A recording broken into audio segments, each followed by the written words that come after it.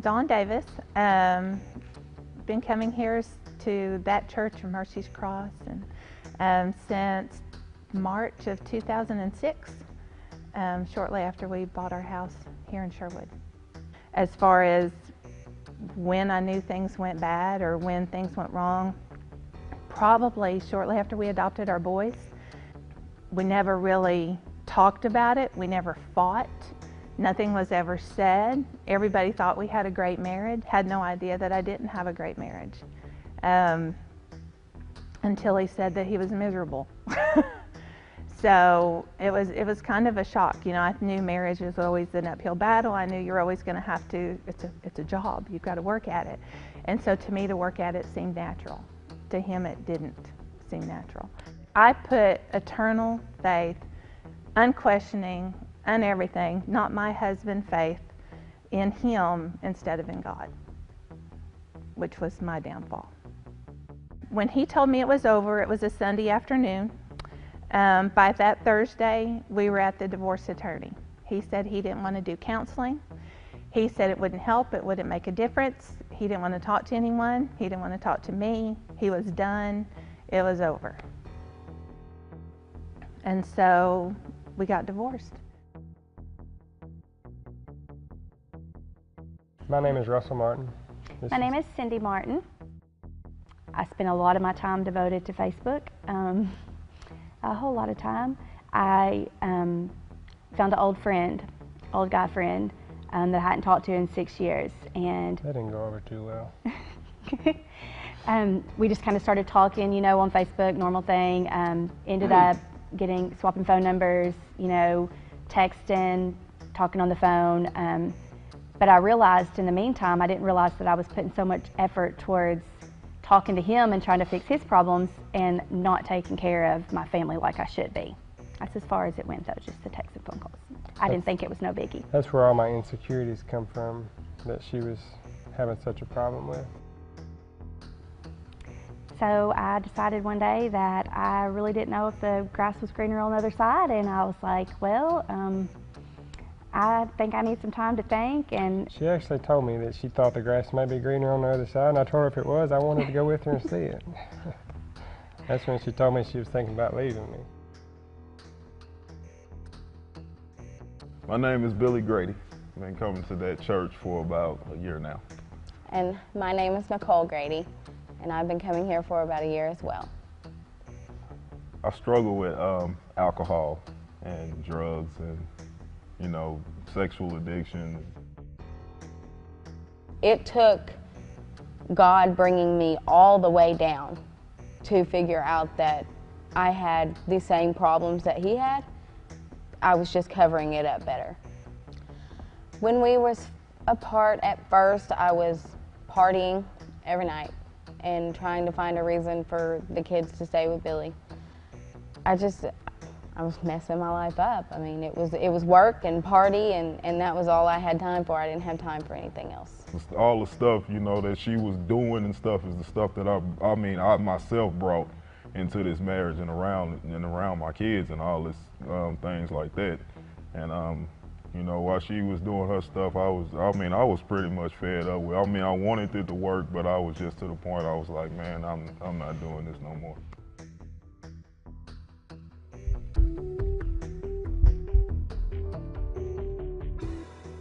He said he didn't want to do counseling.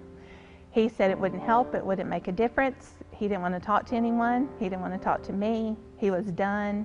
It was over. And so we got divorced. Once I realized in his head he was done, there was no reason for me to contest it. There's no reason for me to fight it. It hurt. I spent a lot of time texting Stacy with daily updates on you're not going to believe what happened now, because it happened really fast. I spent a lot of time in prayer. You know, God, what am I going to do now? I'm a single mom. I've got 2 kids with special needs, 2 kids. God, what are you trying to tell me? God, how are we going to get through this together? You know, screaming, yelling internally, because I never let the boys see that I was upset, because they take all of that on.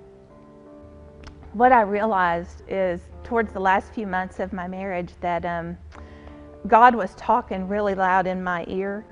Get more involved in church, do things, pray more, spend time with prayer with your children, do a lot of the stuff that I was looking to my husband to do as a spiritual leader of the house, and he wasn't doing. So the kids weren't getting that. So when I heard the series and it was, what would you do if you couldn't fail?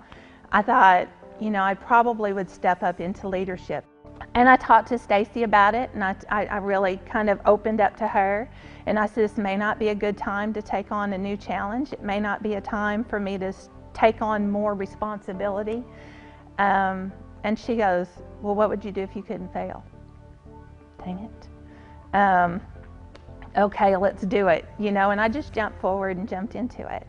I think if I hadn't done as God was screaming in my ear, I think if I hadn't started getting more involved, getting my kids involved, and really taking that step, I probably would be a basket case. And the Empower group is coming along. I feel my growth. I feel that just spending that extra bit of time doing that study is making me closer to God. It's making any of the problems, any of the disillusionment that I had with my marriage seem less critical to my daily functioning of life, because God is more critical.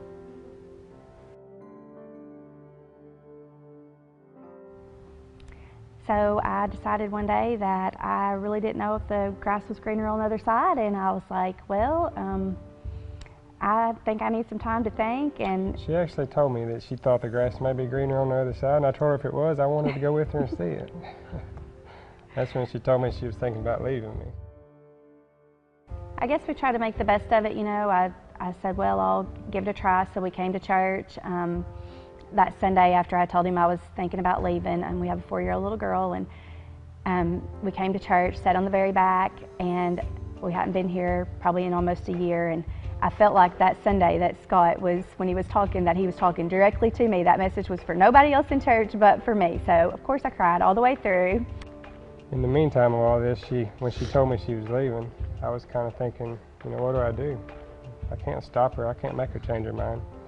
I stopped and thought about it, and I prayed about it, and I talked to God a little bit, and he told me to seek the church, the church that we had started coming back to. I was like, I'm not going. We don't have a problem. I pretty well made my mind up. I was like, we don't need counseling. That's silly to me. So he said, well, let's just go out to eat and let's just go talk to somebody. Well, my favorite thing to do is go out to eat. So of course I said, okay. So we go out to, well, what I thought was going out to eat. We pull in the church parking lot, and I was like, really, you did not just do this to me. So of course I was being the person that I am, got out, walked in, met Brother Mark, and we sat down, and he said, well, whose idea was this? I said, it sure wasn't mine. I don't even know why we're here.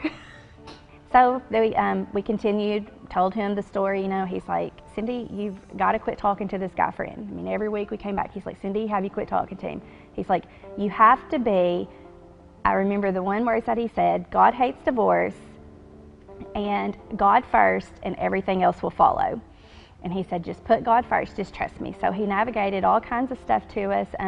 My favorite one, I guess, probably was, you have to be a one-man woman and a one-woman man. You can't have anybody else. You don't need anybody of the opposite sex, you know, in your relationships whatsoever. During the process, we learned a whole lot about God. We learned a whole lot about each other.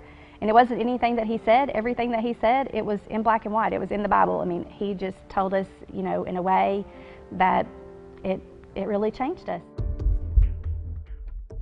It was one Sunday service, Pastor Scott was preaching and stuff, and he was talking a lot about marriages and things, and man, I don't know, we both was like cracking up and laughing and everything, dude. It was, I mean, we was having a good time, and next thing I know, she reaching over, holding my hand, and I'm like, what is she doing, man? You know what I mean?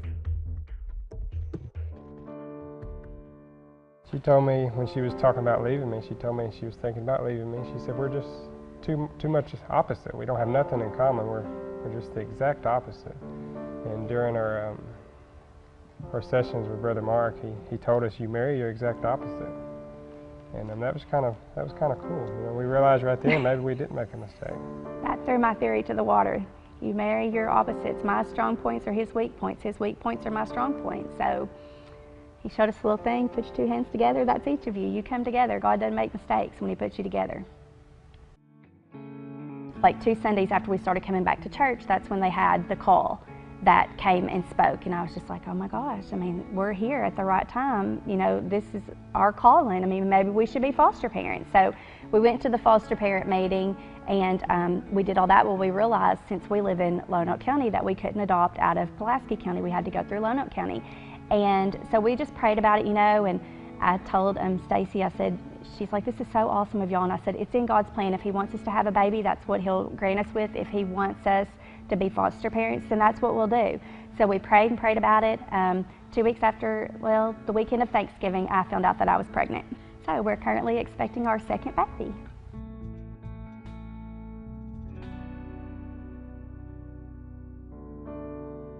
Like I said, I was wanting to get drunk and take pills and sleep my entire, literally, I would sleep all day, I'd sleep all night. When I wasn't sleeping, I was angry and nobody wanted to be around me. I put everybody out of my house. I told Billy, I don't want you. Oh, I went and moved into an apartment, and while she was going through that, I was getting like traumatized and getting hit with a whole bunch of different things, you know, that I'm like, hey, I don't know what's going on here. And as going through step study at the same time and trying to stay sober through all this stuff was kicking my butt. It was one Sunday service, Pastor Scott was preaching and stuff, and he was talking a lot about marriages and things, and man, I don't know, we both was like cracking up and laughing and everything, dude. It was, I mean, we was having a good time, and next thing I know, she reaching over, holding my hand, and I'm like, what is she doing? I came here that Sunday and I heard Scott's preaching, and I was just like, something just clicked, like, you're being really selfish. You have 3 kids and a husband that you've been with for 7 years. You've got to make this work. If not for you, for your kids. And I mean, I was just, you know, it was like, but it wasn't just like that, it was like I just felt happy again. And he moved back in, and right the next week. Yeah, moved right back in. I spent one night over there and I never went back to my apartment. So it was like that for us. So I've come to realize that our marriage is going to be we're going to have to fight for ours more than maybe another couple would have to, because we are fighting to break what our mom and our dad has shown us a marriage is, which isn't a godly marriage. Yeah, so I learned that, you know, both of us got certain strengths. She's gonna be better at something than I am, and I'm gonna be better at something than she is. And at first, like, our marriage was like, you know, we was living like that, but you know, so now we putting it like this.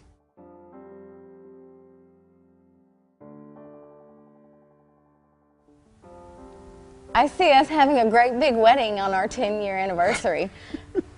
Woohoo! He is so getting our vows renewed when we're married 10 years, because dang it, I want a wedding dress when I'm not 9 months pregnant.